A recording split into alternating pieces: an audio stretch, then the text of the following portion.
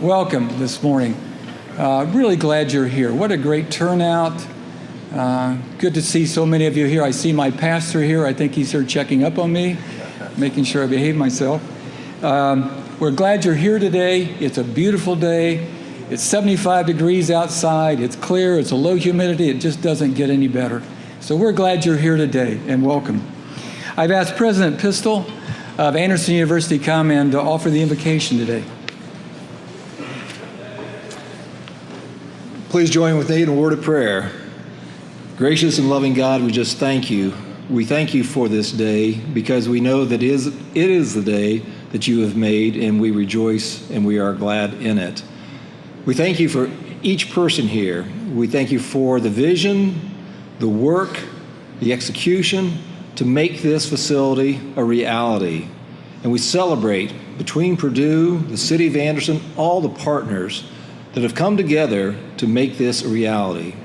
We thank you for the privilege of learning and for the opportunity that so many folks will have to learn at this fabulous facility, to learn and grow, and hopefully to be able to benefit others and to bless others through their experiences, their learning, and their knowledge, and their relationships that they make here.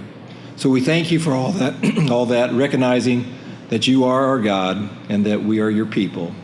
It is in your Son's name that we pray. Amen. Thank you, President. Appreciate your prayer there. Let me just take a moment. This is a great time to say a couple of words about Anderson University. It may not be obvious, but between the flagship, which is very closely connected to the university, Leadership Academy, so many organizations in this community have the impact of AU and their involvement. And this is certainly one of those. And I just want to make you aware of that today. I tried to put it in language that maybe John, being the former deputy director of the FBI, might understand. And I would simply say, John, you got your fingerprints all over this thing. And we didn't need a special prosecutor to determine that. So you'll likely be indicted, my friend. I just want you to be aware of that. Well, today we gather to dedicate this facility. But in reality, this is much more than dedication. This is celebration. It's a celebration of our community and what has been accomplished here. If you think about it, this building was designed by, and built for this community and for the citizens here. And those communities within probably a 30 or 40 mile radius. And that's a good chunk of central Indiana. And that's the impact that this facility will have. If you take it down a little bit further in this message of locality, both architectural firms on this project were from Anderson. The contractor was from Anderson. Of the more than 24 subcontractors, 58% were from Madison County. The other 42% were from the region, that 30 or 40 mile radius that we talk about. So it is local. I want you to be aware of that. And take it one step further in being local. We paid for this primarily, not exclusively, but primarily by sales tax dollars generated in this park. And if you look out to your left, there's a business right across there called Myers Auto World. That was the first business here. And those recaptured sales tax dollars helped pay, by and large, for this facility. And I think that's important for you to know that. So if you bought a new Ford or a Buick or GMC, thank you very much right now. Yeah, Mary Jamerson, absolutely, absolutely. And it's not only local. I want you to know that we made a conscious effort, a strong commitment to hire companies that are minority-owned, women-owned, veteran-owned, and service-disabled American veterans. And every contractor who worked on this project had to submit a minority participation plan. And that was part of the thinking early on. So I think the bottom line for me is that strong communities do things like this. They fix their own problems. They chart their own futures. They find their own solutions. They think outside the box, and they take bold steps. And you can look out on the bypass, the new Ivy Tech facility and the programs they offer, what that means to our community. Look at Anderson University Engineering over here, cybersecurity that John has brought. Just very cutting edge subjects that are being taught now in our institutions. And let me just say a word about the international imprint as well. When I grew up in this community, I really didn't know of any international companies here. Today, we have with us Caheen. It's Caheen's North American headquarters in the flagship out at the other building.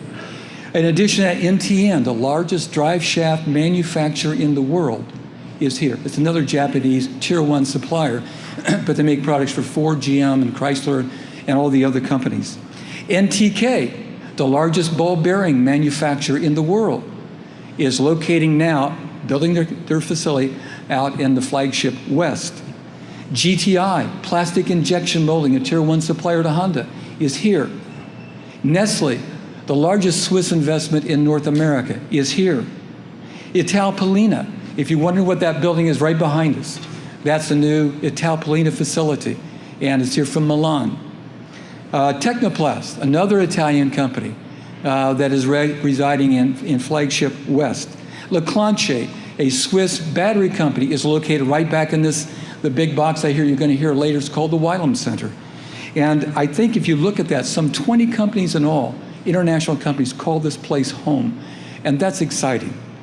I want to mention to you also that if we look at this building here, and I'm not an academician, but I'll tell you from my opinion what this is a building that's linear. If you think of it as a pipeline, on that end of the building, we're doing traditional academic stuff. And as you move further in, state-of-the-art laboratories, and back through here, we have a beginning makerspace, followed by an advanced makerspace where you get your hands dirty, you work on real projects in a real-world environment. And the backside of this building, back again to the Wylam Center, that's so integral here, you're working with real companies in a real-time environment. You're actually experiencing what it means to engineer with a company there on the site. And all this occurs under one roof. And I can tell you, I've looked at this, I couldn't find any other example such as this anywhere else in this state, maybe the Midwest. It's very unusual, all under one roof. Very exciting. So let me recap very quickly here. Today we've done our best to keep things appropriately local. The companies we highlight, the speakers we've invited, the program, the food, it's as local as we make it. From all the Rickers Pops you wanted to Red Gold Salsa today, friends, it's local. And while I have just a little time to introduce a whole lot of people and a lot of organizations, so I'm going to go quick. We have a lot of contributors, partners, stakeholders, and I'm going to tell you right now, I'm probably going to miss somebody. So what I have learned from 46 years of marriage is that sometimes a preemptive apology is very effective. So it's kind of like, honey, I don't know what I did. I'm sorry, I'll never do it again. That's kind of where we are. So if I missed you, I'll make it up to you and get you a cup of coffee or something. Let me start with the Flagship Enterprise Center Board.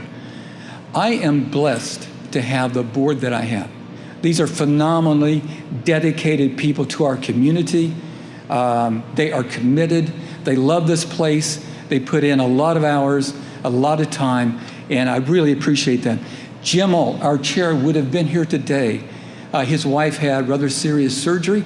I know he'll appreciate our prayers, but he's home taking care of her where he should be.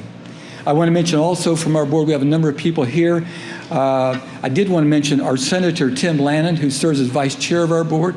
Terry Austin is here, who is also on our board at the Flagship. And there are many others, Sue, here. I'll not embarrass you by making you stand. But again, I appreciate all that you do. The City of Anderson, the Anderson Redevelopment Commission, really did somersaults to make all this happen on schedule, and we appreciate that. The Anderson City Council, Anderson Utilities and their staff. I need to make a special acknowledgement to Greg Winkler. I'm not sure, I've seen him here, he's here some there, he's way up in the Google section, so all the techies are up there. Greg, we are very fortunate to have Greg Winkler in this community. The number of companies that he has brought in, he's tenacious. He's kind of like the bulldog that once he has you by your pant leg, you just can't let go. And so he gets the job done, and we thank you, Greg. Let me thank also today Purdue University. Dean Bertolini, who is right here. Dean Bertolini, Andy Schaefer, right here. I've always told the dean it's just a good thing you don't pay Andy by the mile. Your budget would be in a tank, I can tell you that right now. And so Corey Sharp on my right here. Corey is one of those partners from the beginning. Probably Pete Batar and Corey and Greg. and our architects and builder really started this whole process. And Corey is a gentleman, a great guy to work with. He's done phenomenal things here at Purdue Polytechnic, and I think you're very fortunate to have him, Dean. Let me mention Susan Cotterman. I've seen Susan here. Susan, thank you for all the good work you did from Purdue. Debbie Methke, Mary Snyder, Matt McKillop is here. This is an outstanding team that wrote the program that drove what this building looks like. If you don't have a good program, you're just building bricks and mortar. You don't know what. So you've got to have that program that drives this building. And that team did that, and the result is, I think, pretty obvious. Our architects, KR Montgomery, KRM, they're here. Mike Montgomery's here, I know, and they've got a booth back there. Jesse Wilkerson and Sons, they're here. And we appreciate their good work. You may not recall, but at one time we were going to build this where that turquoise building, the old Plan 18. And we ran into complications. We had to shift it across the railroad tracks to this location. I'm glad we did, but that was no small task to switch that quickly.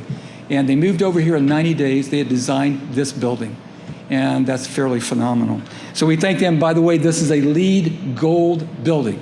If you're not familiar with that, it's given by the U.S. Green Building Council, and it's given to organizations or buildings that meet very strict criteria. To be gold is a very prestigious award for this facility. And we owe much of that to our architects and also the Purdue team for planning. Our contractor, Duncan and Son, just a great organization, helped us put this building up.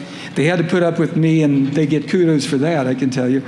But they did phenomenal things. Craig is here, Paul's here. I don't know if Skip's here, but just a great group that we worked with, and we appreciate Duncan and Son so much. Let me mention Pete Bitar. I mentioned his name just a little bit earlier. Pete, from the very first days, the conception, Pete was there. Visioning, forming the mission, and he and his wife, Lisa, just have a heart for this community. They give of themselves in so many different ways. I can tell you this, if it weren't for Pete Bitar, we would not be here today. And so kudos to Pete. I also want to acknowledge here Tanya Nicholson over here, Chris Beck, Samantha Pankel, who helped organize much of this today. If you think I organized this, you're smoking something, because I did not do it. These guys did it, and I appreciate that. Let me also make acknowledgement of the generous support of our local, regional, and international companies. Red Gold. Friends, if you don't know that you're in red gold country right here, you need some new glasses. There's a 10-foot tomato right up here. If you don't know that, you're in red gold country here. And we appreciate the gift from the Reichert family. Colt is here.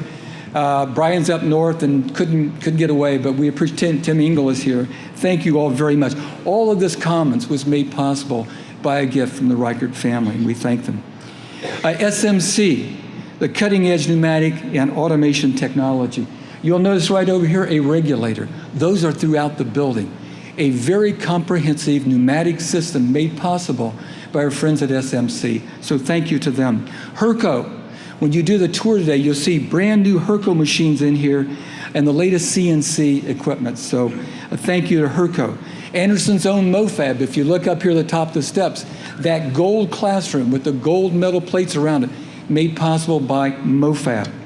Technoplast, one of our Italian companies, actually designed and built the welding center ventilation.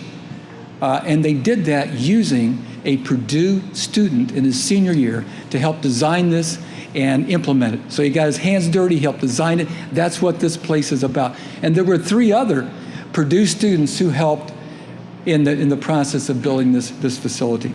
That's great. We're very excited about that. Stratasys and Hold'em and Home donated top-of-the-line 3D printers. If you grew up in subtractive manufacturing like I did, you have got to go in here and see this additive manufacturing. 0 waste, and the precision's amazing. Printing in metal and plastics and all sorts of materials. So, and then I want to mention also the Ball Brothers Foundation provided funds for the beginning maker space, and very exciting there as well. Duncan and Son made a generous gift at the conclusion of this project. I want to acknowledge them. If you would join with me, I'd like to give our donors a hand.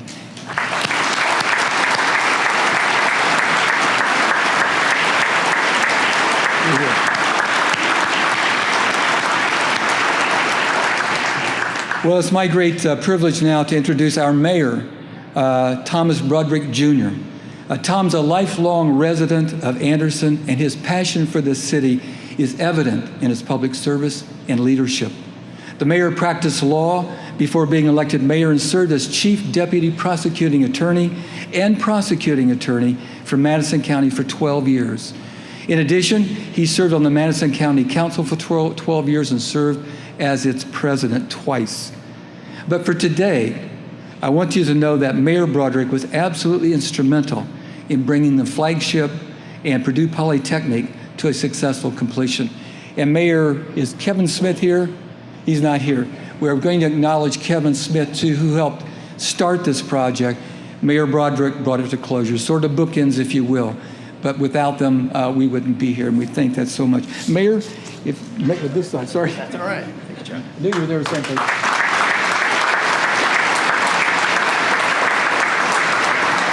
Thank you, Chuck. And I don't think we can say enough about the leadership that Chuck Staley brings to this community. We're so very fortunate to have his leadership at the flagship. It is obvious from what he had to say that he really was the nucleus that these other folks built around. So, Chuck, thank you again for all of your efforts. Thank you.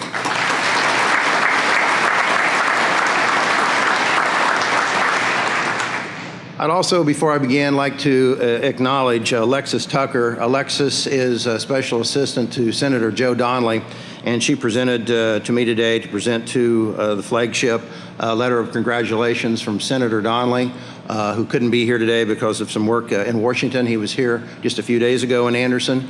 I can tell you that we're fortunate to have the congressional delegation that we do that helps serve us. Senator Donnelly and Representative Brooks were instrumental in helping us acquire the grant that's going to replace the 8th Street Bridge, and we appreciate all of their assistance. And I'd like to present to Chuck Senator Donnelly's letter of recognition, and again, congratulations. Thank you, sir.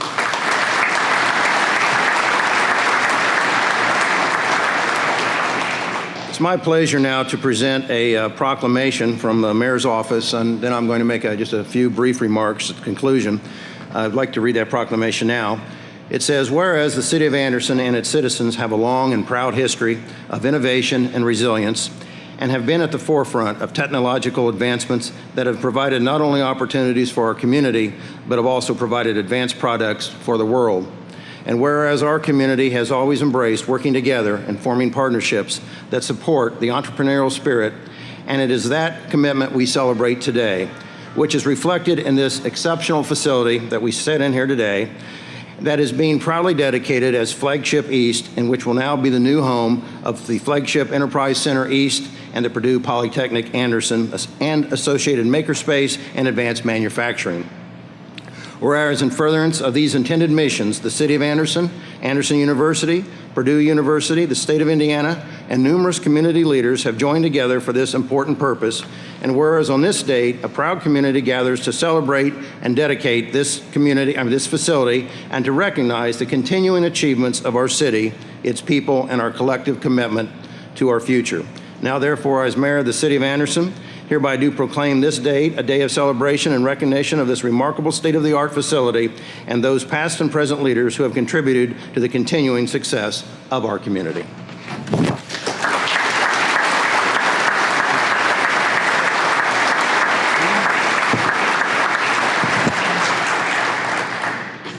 You know, we all know the history of Anderson that brought us to this point, and we've heard it in some ways too many times, talking about the loss of jobs and the moving out of General Motors so many years ago now. But I can tell you that the leaders in this community, just like the residents, again, as noted in the proclamation, have great resilience.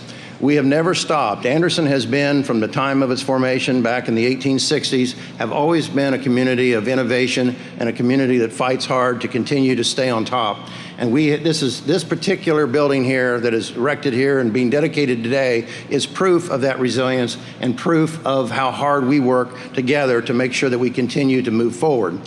But of course, it's not the building itself that's important. It's the innovation that brought us to this point. It's the innovation and commitment that's going to take us far into the future. what's going to come out of this building over the next several years through its students, through the works in the makerspace, through the advanced manufacturing, to all of the education with regards to STEM is going to be remarkable. It's going to be what moves this city, continues to move this city forward as we move forward into this 21st century. I'm very proud, as we said here today. I think the last time we were up speaking here, Chuck, the train came through. So if I remember, I'm not sure what that means. But I can tell you, progress, that's right. I can tell you that those loss of so many thousands of jobs years ago was in the past. This is the present, and we're moving into the future. All of the various new businesses that have been brought in the last few years and continue to come in that Chuck referenced is a continuing proof of how folks look at our community. This is a community that continues to move forward, and I'm very proud to be here today as your mayor to help celebrate that continuing success that we have. And of course, it's never just one leader, one person in a moment in time that makes a difference. It's all of these folks collectively that Chuck has been mentioning, all of you that are here today, and the folks that came before you.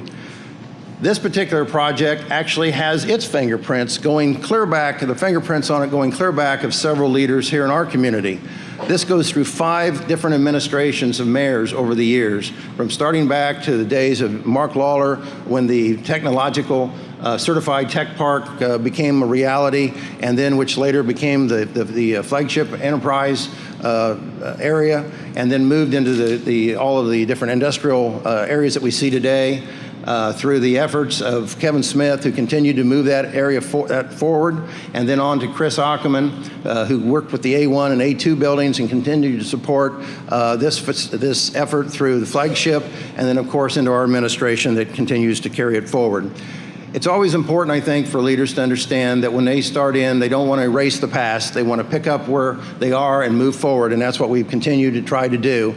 And we're so very proud to continue to work with the folks at Flagship, the folks at Purdue Polytechnic, who Purdue has just been such a great partner, and of course Anderson University, who's been here for so long and a great part of our community and a partner.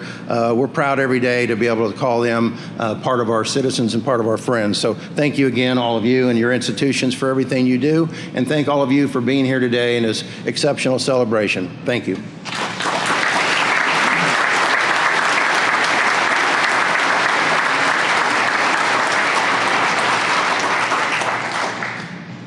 Thank you. It's my honor now to introduce Dean Bertolini. There are so many academic accolades for this gentleman. I could keep you here till noon just going through them. But I think most of all, to me, the dean is a pioneer. He has led an amazing transformation of the College of Technology into the Purdue Polytechnic. It's a truly bold initiative that will propel this region forward in the development of engineering talent, innovators, entrepreneurs, technologists, and thought leaders that in turn will drive this society and our economy forward. So with that, I'm going to ask Dean Bertolini to speak to us. Thank you, sir.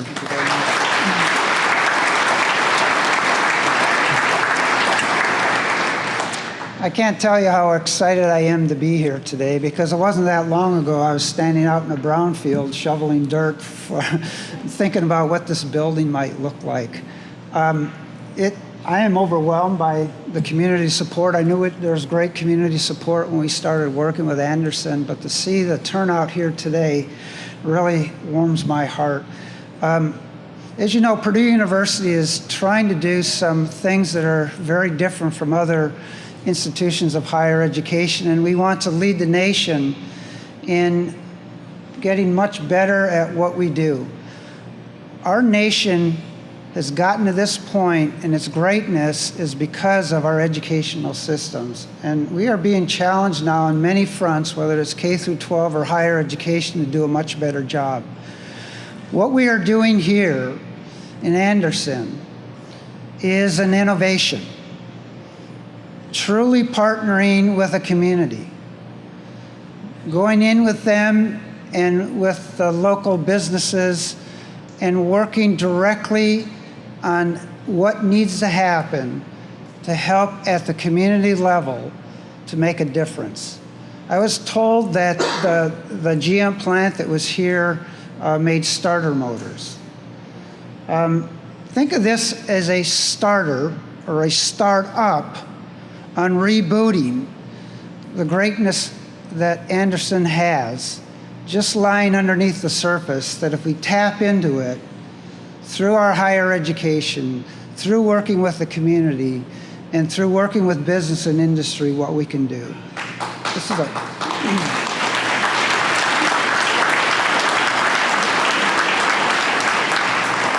This is a totally different way of addressing the problem. And we believe that in the Polytechnic, that if you continue to do the same things, you'll get the same results. And so we're kind of taking the system, we're taking it and we're shaking it as hard as we can. It's challenging. We make mistakes at times, but it's just like a startup. You don't get it right all the time, right, Pete? And so it is in some ways a startup, it's in some ways an experiment, but we have great partners here. I have great confidence in the success of this venture. And so as you leave today and you start reflecting and you go away and a few weeks, months later, think of this as a grand startup of higher education to help your community succeed. We are absolutely dedicated to that mission. We want to see this community grow. We want to do the same thing all over the state of Indiana at our other 9 locations. And so we are going to learn from this, and we hope it becomes a model that we can replicate around the state of Indiana. And then in West Lafayette, we want to do the same thing nationally because we just have a different student body. But you are involved in something amazing today. Whether you're directly involved or indirectly involved in a startup that will help your community grow into the future. And so we are here today to celebrate this. And I want all of you to go away thinking that this is the start of a new day for Anderson, Indiana, and that you will become a model for the rest of the state of Indiana. And I just need to do one call out here, if you don't mind. Chuck did a great job congratulating everyone, but I really would like to say something special about Corey. Great things don't happen with great leadership. And Corey pitched this idea to me, and after I stopped laughing, not really, I thought it was a great idea. And I knew there was a lot of hurdles going forward, but he stayed with it. And Corey, great job. Way to go.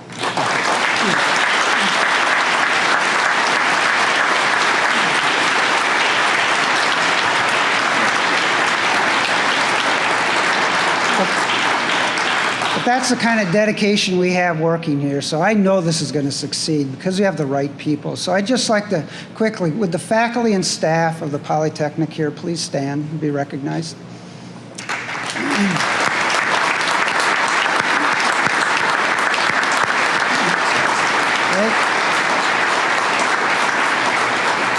Now remember them, they're the ones that need to execute on this, so give them the support that they need in order to be successful. Are there any students here in the Polytechnic? I'd like to, if there are, stand up or be recognized. Future students, outstanding, all right? Okay.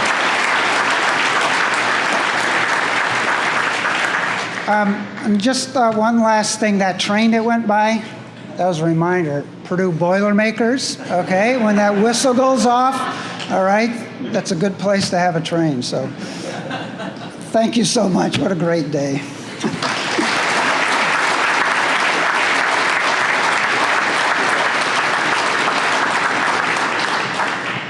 Dean, I think your class of 2027 just came in, so welcome. It's my great privilege now to introduce a friend in Secretary of Commerce, Jim Schellinger. Jim hails from South Bend. He's the 6th of 8 children. Graduated from Notre Dame with a degree in architecture. Worked his way up to becoming CEO and chair of CSO Architects, one of the largest architectural firms in the state.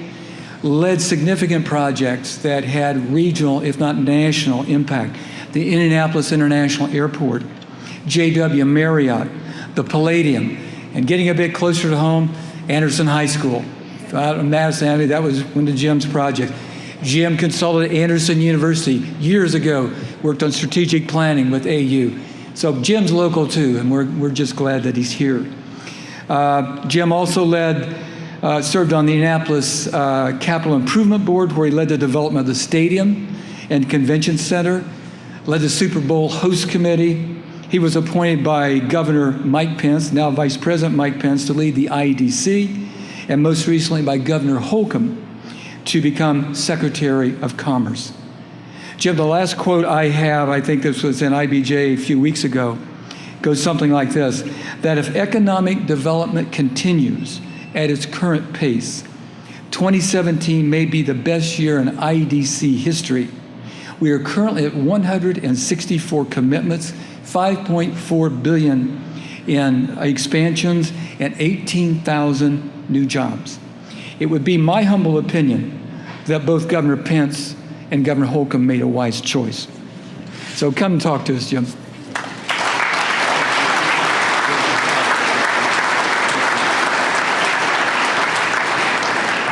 Thank you, Chuck, and good morning, everyone. You know, Chuck and I, as he said, go way back. Chuck has always been, I've considered him a hero from his days in the Air Force as a veteran. He mentioned the Marines at the beginning of his comments today, and I thought of Chuck 2 weekends ago when my youngest son, my baby, Zachary, was commissioned as a lieutenant in the United States Marine Corps, having just graduated from the other university in Indiana. He's been a role model to me in all these years, and a mentor, even though we're not that far apart in age. And I've always admired Chuck because he's a champion of causes. He sets his mind to something. When he talked about the Flagship Enterprise Center years ago, you talk about laughter, Dean. When he set his mind to that, with then back your predecessor, Mr. President, then President Edwards, it's come to fruition. And we all remember, many of us in this room have enough gray hair to remember when that was a cornfield. So it's an amazing accomplishment, but more importantly, as Chuck said, I consider you a dear friend, you and your wife, and so thank you. It's a pleasure to be here with you today. President Pistoli, Mayor Broderick, great to be with you. Dean Bertolini, again. I've been with the Dean on a couple occasions as Purdue spreads its footprints around the state. I wanted to acknowledge as well Mayor Kevin Smith, our great Senator Tim Lannon, our great Representative Terry Austin.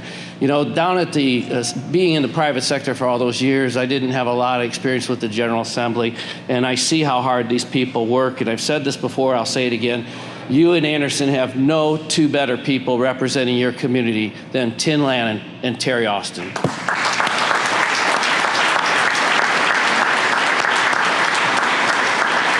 And of course, the Anderson community that I feel such a part of, and such an honor and a privilege to be here today with you. And on behalf of Governor Eric Holcomb, I would like to congratulate you today on this amazing accomplishment.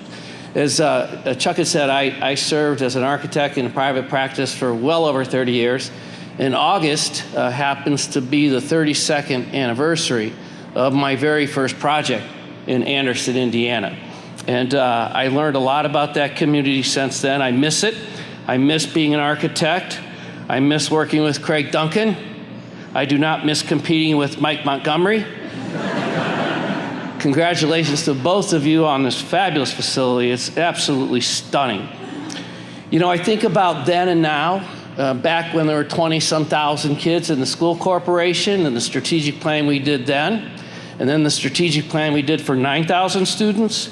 I think back about the 30,000 people that gathered on the Anderson University campground in those days. I think about driving up and seeing the guide plant, GM, and all those kinds of things. And we've all witnessed so many changes here in Madison County and Anderson, Indiana. But the one thing that has not changed is the character of this community. And I think that speaks volumes for this community, because lesser people of character would crumble under the kind of things that have happened up here economically, but not the citizens of Madison County, not the citizens of Anderson, Indiana. You have always stood strong. You have stood strong, and in the truest sense, as I travel around the state, now the nation, in this new assignment, and the world, in the truest sense, you are a Hoosier community to the finest, because you have built and continue to build this community and build on and on and on against all sorts of obstacles. And you've built yourself on sound principles, on timeless values, endless faith in the community and each other. You've accepted change and you've adapted to change because it's the only certain thing that we know as humans. You've trusted the processes that it takes to go through change, transparency, and to think outside of the box. 32 years ago, no one would have thought about this on this site, a P3 building, which happens to be on the Plant 3 site, a public-private partnership, which is amazing, cutting edge, and the mayors, the jobs that the mayors have done. To sit here and hear Mayor Broderick recognize 3 of his predecessors is exemplary. Does not happen very often, ladies and gentlemen. And that's because here in Anderson, Indiana, your leadership knows that the most important thing in your community is the people of this community, and that jobs are not partisan. Jobs are not Democrat, jobs are not Republican, jobs are for the people of Anderson. And the mayor, by the fact that he acknowledged his predecessors, deserves a round of applause.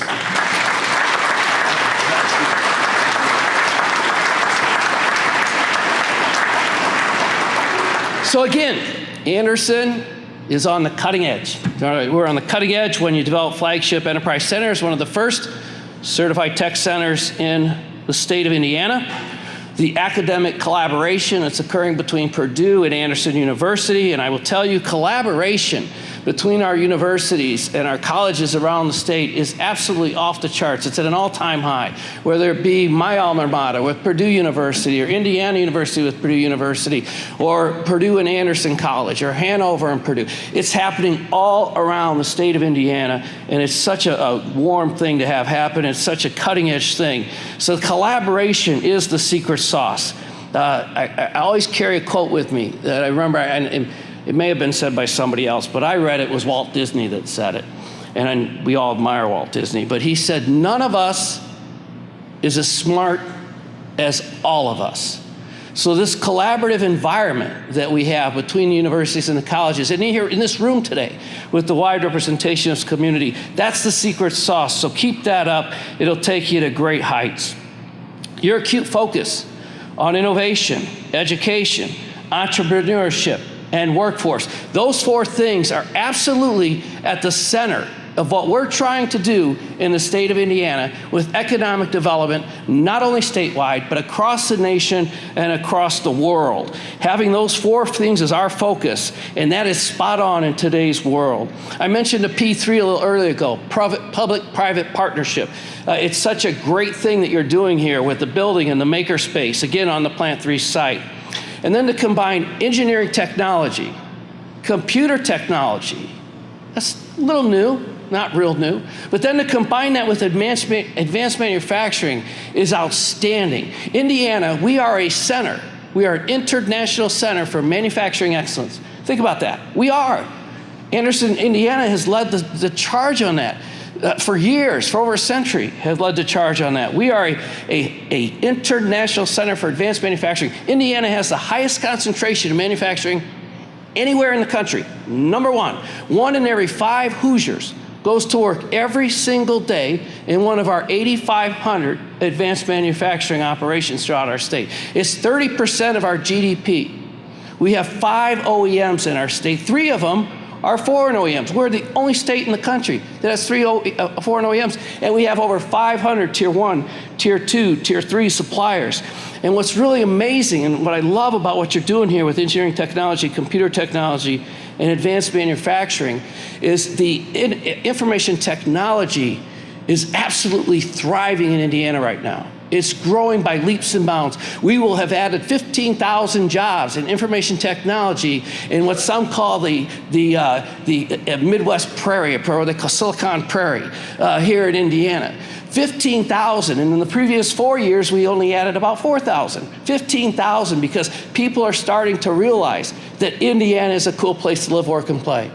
Not only do we have great universities and colleges that can feed these IT institutes, not only do we have second lowest cost of living in the United States, so they can pay their employees where they can live a quality life, versus housing out in San Francisco, which happens to be 626% higher than Indiana, where you have to make $300,000 out in San Francisco to equal $100,000 in Indiana.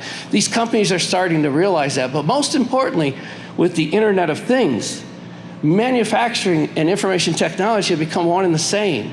They're one and the same, so they want to come here because of our great manufacturing and the concentration we have. And as Chuck said, and I mentioned International Center for Manufacturing Excellence, we have over 38 countries that have invested in Indiana. 38 countries, 800 businesses that are foreign direct-owned investments, and they employ 170,000 Hoosiers around our state. So we welcome them. They're a part of our community. They're now a part of the Anderson community. I also love the aspect of this program that you refer to as the Indiana Return and Complete Initiative, which is a part of the You Can Go Back initiative by the Department of Higher Education, which is aimed at adults and coming back and completing their degree. We have over 700,000 Hoosiers that have some form of college classes, some kind of college credits that haven't completed that. And we got to bring them back. That's a bird in the hand. We need to bring those people back to continue to populate our workforce, which is our #1 challenge right now. So I applaud you for that part of your program as well. And the thing I love the most about this program, and I'm not sure whether it's the dean or whether it's Corey that gets credit for this, because I saw them both quoted on this issue, but that's okay, you can share it. The learning environment vision you have for this facility, more learning by doing. Those of us in this room, many of us, we lined up in rows of classrooms and we were taught from a single teacher at the head of the classroom. We memorized the things that we had to take on a test and we forgot them the next day. And today we teach children how to learn how to ask the right question. Learn by doing. How many people in this room think Carl Erskine learned to throw a fastball in a classroom? I'm guessing he didn't. I'm guessing he learned it by being out on the field and his 6 famous pitches, as he talks about, which happen to be the 6 pillars of education. And I got to know Carl when I worked on the Erskine Elementary School. And Carl's become a dear friend. And this, as I left the building dedication, the night of the dedication, we walked out of the opening, and I knew I wouldn't see him for a while. And the first thing I said, Carl, I apologize. As I was looking at the ball field, I said, Carl, I'm sorry. The scoreboard's right behind center field, and we should have done that. You know, we should have had it over in left or right field, not behind the pitcher. And we'll get it moved. And Carl said, I think you should leave it there. If there's any field in the country that favors the pitcher, I think it should be in Anderson, Indiana. So we left it there.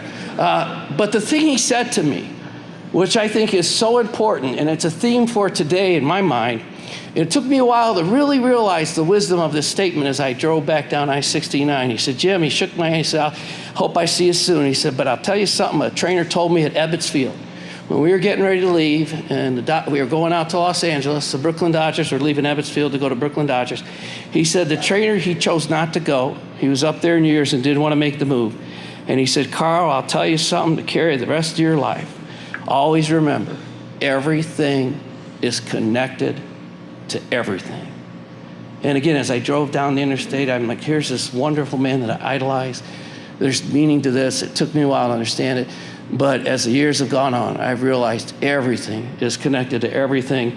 Our colleges, our universities are connected. The fact that we're doing engineering technology, computer technology, advanced manufacturing, everything is connected to everything. And as I mentioned a little bit earlier, in Indiana, our #1 challenge in Indiana, from an economic development standpoint, our #1 challenge, and this is a great challenge to have, is workforce, population scarcity and workforce. We are if our birth rate didn't slightly outpace our death rate, we would be an out-migration state. So population scarcity and the development of our workforce is our #1 priority in the state of Indiana. We know we can attract businesses to the state of Indiana. We know we can help businesses expand in the state of Indiana, but we have got to figure out how to retain and attract our talent into the state of Indiana. So we are focused on that, a laser focus the governor has on that. What you're doing here today, what our colleges are doing, the Purdue, Polytechnic, and Anderson, what they will do, the work of the Indiana Department of Higher Education, the work of the Indiana Department of Workforce Development, and the work of IDC is laser focused on this. But I couldn't be more excited to tell you, if you haven't heard, that recently, most recently, 2 to 3 weeks ago, the governor created a new cabinet position the Secretary for Career Connection and Talent. And this is a game changer, ladies and gentlemen, in the state of Indiana. This is a game changer because we got an entity that can get jobs. We got an entity that can educate people. We got an entity that can connect people with jobs that are there in workforce development. We need an entity that can connect the careers that we have here in Indiana, not only with our universities and colleges in the state of Indiana, but with outside of Indiana, to go out and find Hoosiers that attended Hoosier schools here to say, hey, okay, you went out, you tried the thing out on the West Coast and the East Coast, come on back. It's time to come home. You know, let's get people to come back to our state. We got the second lowest cost of living, great quality of life. So this new cabinet position, a Secretary of Career, Connection, and Talent, is a game changer.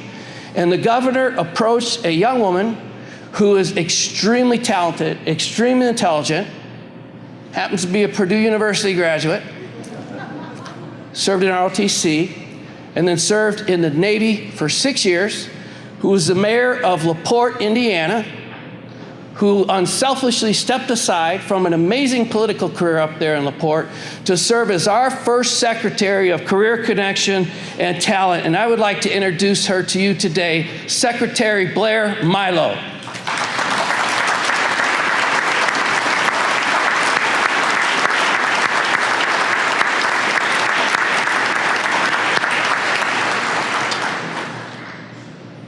You know, I told the governor, and he knows this, I'm not speechless on too many occasions. But when he told me that Mayor Milo had accepted this position, I was speechless. Thank you, Mayor Milo, for your willingness to serve our state. So in conclusion, I will tell you, without fear of contradiction, that this is our time.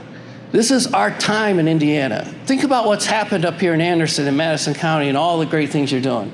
And then think about the state of Indiana and all the great things we have going. We literally rank 1 in the Midwest in virtually every economic development measure that you can possibly do. We rank 1 above Ohio and above Michigan and above Kentucky and above Illinois. Number 1 in almost every measure category, and usually in the top 15 in the country. This is our time. It's our time to continue to grow as we have and to continue to focus on great things like this center here today.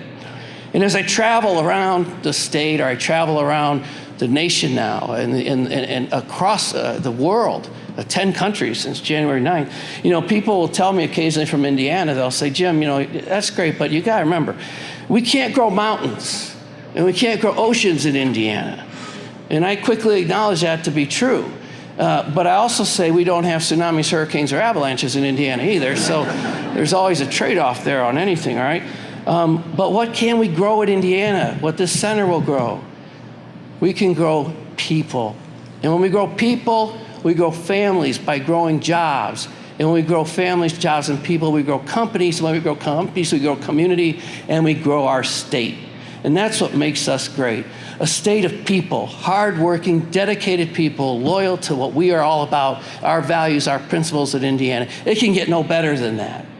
And then I always tell people when I talk about all the great things in Indiana. And besides, we have mountains of savings and oceans of opportunity in Indiana. So thank you very much, ladies and gentlemen. Congratulations.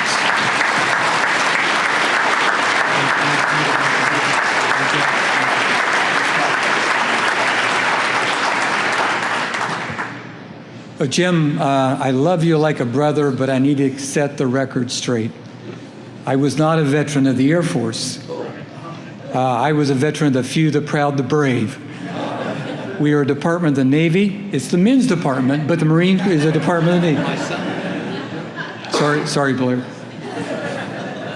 But just before the ribbon cutting, let me remind you of today's events. We're immediately following this. We're going down the hallway where we will dedicate the Wylam Center.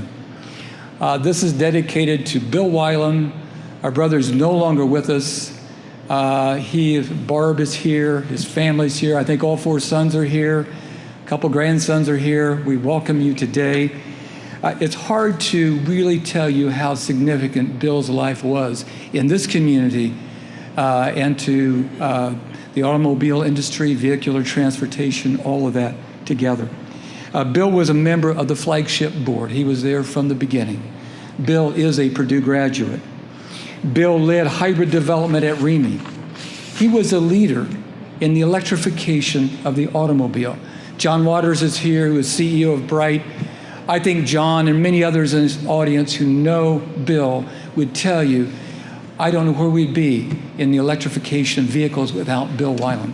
He was that significant.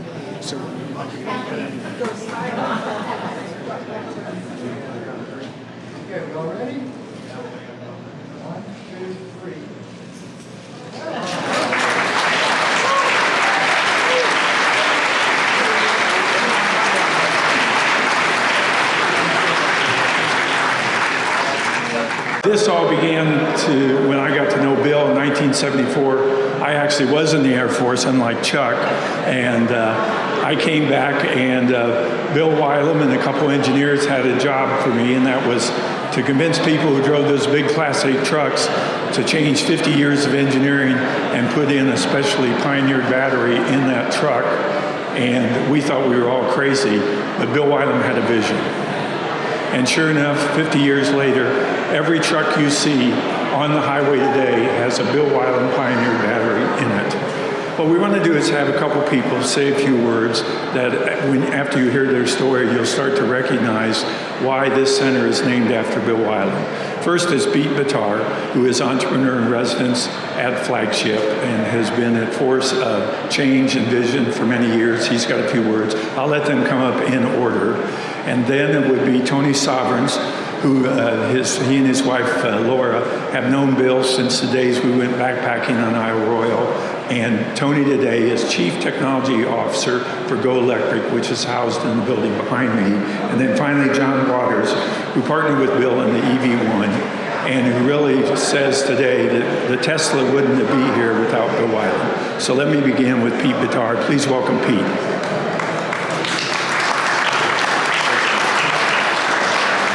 Thank you, Tom. Thank you, everybody, for coming today. What a great turnout to this dedication of the whole center and to this opening of the Wylam Center. Also wanted to thank Barb and the family. Miss you guys at our Christmas dinners that we used to have for our board. But Bill Wylam used to be on my board at XADS, and his spirit and his legacy are present here in this place today, and in everybody that's attending today too. And every day, because the Wylam Center is a culmination of many years of vision casting that Bill and many others in this community had for both innovation in general and then in specific in electrical technology innovation. And you see that marked all over this center. Electricity and mechanical, mechatronics, that technology is kind of our bread and butter, and it has been for over 100 years in this community. And Bill had this great vision of saying, what else can we do with that kind of technology, with that education, with that knowledge, with that legacy? As Jim Schellinger mentioned in the opening remarks back there, this is sort of known as the Silicon Valley of the Midwest. And in a lot of ways, we were looking at trying to make the Flagship and ultimately now the P3 sort of this hub for what would be a center of excellence in electrical technology, and almost as a Silicon Valley or a Silicon Prairie for electrical innovation. And you'll see pieces of this all over in your tour today. But a lot of that points back to what Bill did and had vision for. The Wylam Center is the capstone of the P3 Center. The center represents a continuum, as Chuck mentioned. It starts from education and public outreach to career development, and then ultimately to creating headquartered companies in Anderson, Madison County, and this region in the state of Indiana.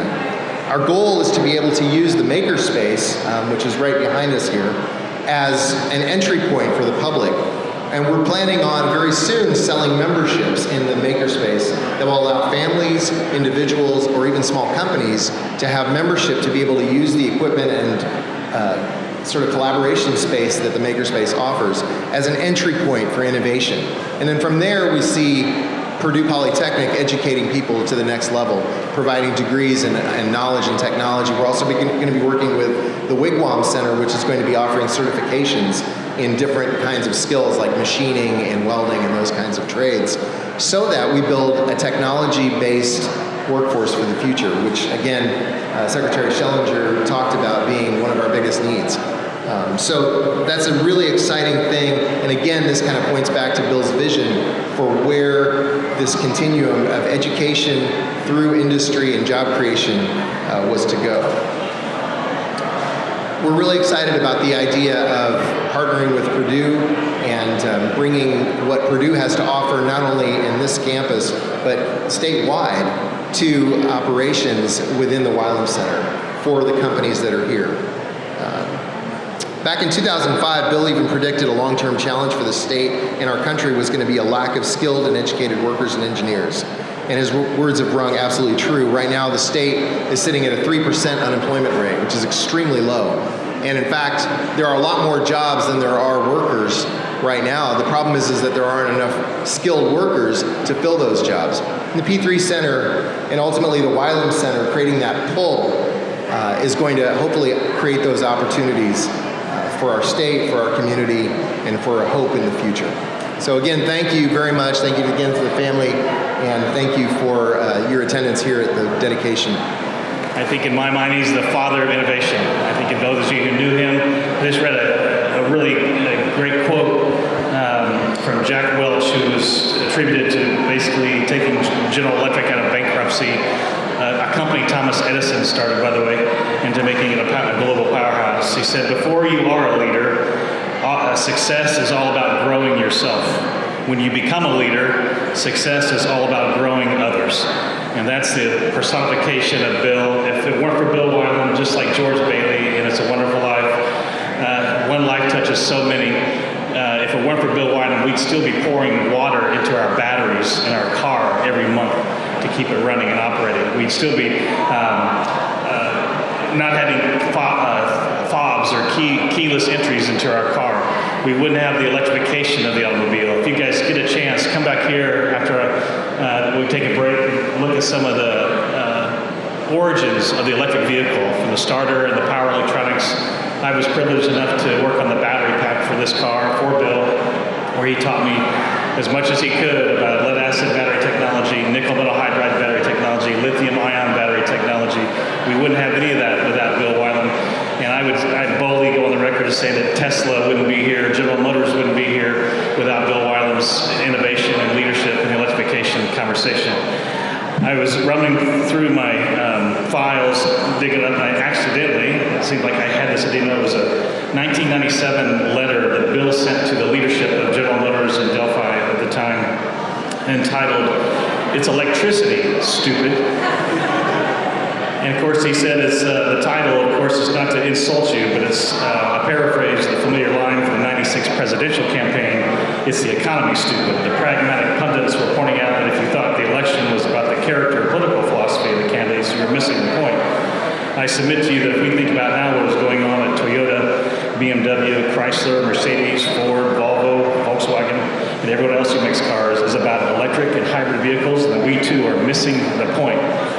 And his point is that the electron, which was put onto the vehicle in 1912 by our patron saint, Bill used to call him, Charles Kettering, is what empowered electric starting, electric power windows, GPS, CD players, DVD players, power seats, and now fuel economies that's beyond anything we ever imagined. And I don't know if you've been in a Tesla lately, but just the acceleration is beyond anything that we could ever imagine. And it's all powered by the electron, the electricity. And so this lab, I think, will be a forerunner and laid on the foundation of amazing innovation of taking electricity to where it's never gone before, in not only transportation, but in the built environment and the buildings, and changing societies and changing cultures and changing continents. And so I'd be happy to tell you more about what I'm doing with that influence of Bill's on my life. But this is all about Bill, and I couldn't think of a better person to dedicate this lab to in this amazing facility than Bill Wylam and the family.